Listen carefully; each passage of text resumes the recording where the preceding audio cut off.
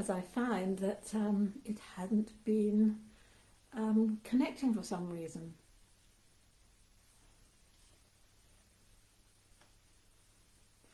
Right, yes, I'm going to start again. I've been happily talking to myself. About 10 minutes, it's only at the end, and I thought, oh, I did quite a good job, and looked and found that actually it wasn't recording at all.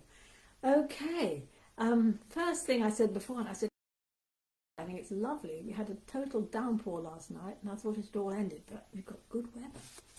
Right, what I want to talk to you about is a bit more about this new game that I have developed, especially for those dogs that find walking an absolute, well, nightmare, either of excitement, or you find the walk nightmare anyway. The dog is either totally overexcited or terrified.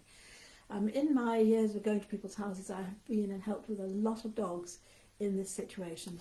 And even now, with my online consultations, there's still an awful lot that you can do without actually walking with the dog, that I can do without walking with the dog with you. In fact, even if you live next door, there are things I would do before we even set out. Now, this is especially for dogs where who really just can't in a way cope with walks. We've got the really wildly excited ones, totally over aroused, that they're jumping up, grabbing the lead, grabbing their person's arm, they're pulling like mad, they're chasing things, there's no way that a dog in that frame of mind can walk nicely. And you know, it can be dangerous for you as well. The dog isn't happy. The other dogs are those that are absolutely terrified and don't want to go out at all. Everything is just a nightmare, you know, everything that moves, every sound, you know, that's an extreme version, but that's another thing that this game that I've developed is ideal for. And the other is for dogs that really, for some reason, can't go out, either that they're convalescing or maybe they've got an injury or they're old. And so this thing that I shall tell you about is perfect for them. And it is about a game that is like stepping stones, which you add one to the other and they build up a sequence. The first thing really is to make a little list of the things that your dog likes to do and the sort of things that you've taught the dog. And then what we do, a bit like that game, I pack my bag and in it I put, as I used to play with my children, we'd start with one thing and then another and then keep adding. So with your dog it could well be come, and the next thing could be sit and a bit of food. Right, so you walk away a little bit and you say come, sit. Now we'll add, let's go heel or something for 5 steps, 1, 2, 3, 4, 5. Okay, right, now we'll start again. Come, sit, heel 5 steps, and then we'll add something else, maybe catch this ball. It all depends on the dog. And as you build it, you can add in somewhere, putting on the harness, and then somewhere a bit later putting on the lead. So those two things will lose all their connection with going out for a walk. You can also build into it other things that herald a walk, like picking up keys. But this sequence, by the time we've built it, it's going to, if you come to my workshop, and I'll give you details of that at the end, I will help you devise the very best sequence for your dog, depending on your dog's needs and also your environment inside the house and outside the house. You know, my 3 dogs, if I did it for them, and I've done it with one of them, well, I started it, I've started the sequence. The sequence would be totally different for all 3.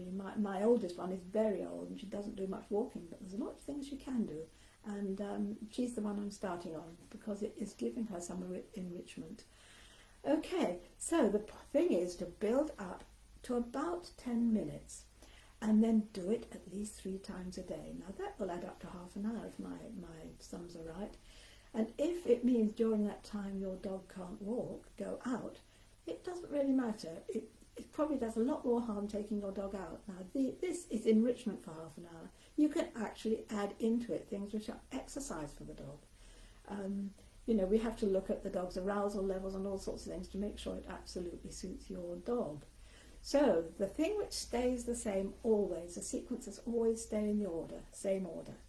So your dog always can anticipate what's going to happen, because anticipation is a great way of keeping attention. It's very difficult to be very excited and being anticipating in a sort of control way really at the same time. Okay, so that stays the same, but the thing that varies is never, well, don't say never, but don't go on exactly the same route. Vary your route around the house, the garden, upstairs, if dogs are allowed upstairs, even if you've only got one room. Don't go the same route every time. That varies. And you can see what's going to happen. You're going to eventually go as far as the front door. You may just open it and come away again. You may just go out of it, do one of your stepping stones outside and come back and continue with the rest. Now gradually, as and when the dog is ready, you'll be able to do more of them outside. And you may actually be providing some entertainment for your neighbours. But, you know, the whole thing is, it's always got to be that the walk is going to be something, part of something else, rather than something in its own right, which is either scary or wildly exciting. Anyway, the first workshop where I can actually, like a mini consultation really, there will be 5 or 6 people maximum. So I limit numbers, so I've got time for you. We will look at a bit about your own dog's temperament, personality, what the problems are, and work out the very best sequence for you. Okay, so tomorrow evening 8 p.m. is going to be the first one. They're all going to be the same setup, but I've got 3 altogether, so you're going to have a choice. So after this, I shall put in the links so that you can get a ticket. And it's £10, just £10, and I hope to see you there. Okay, I hope it's worked this time.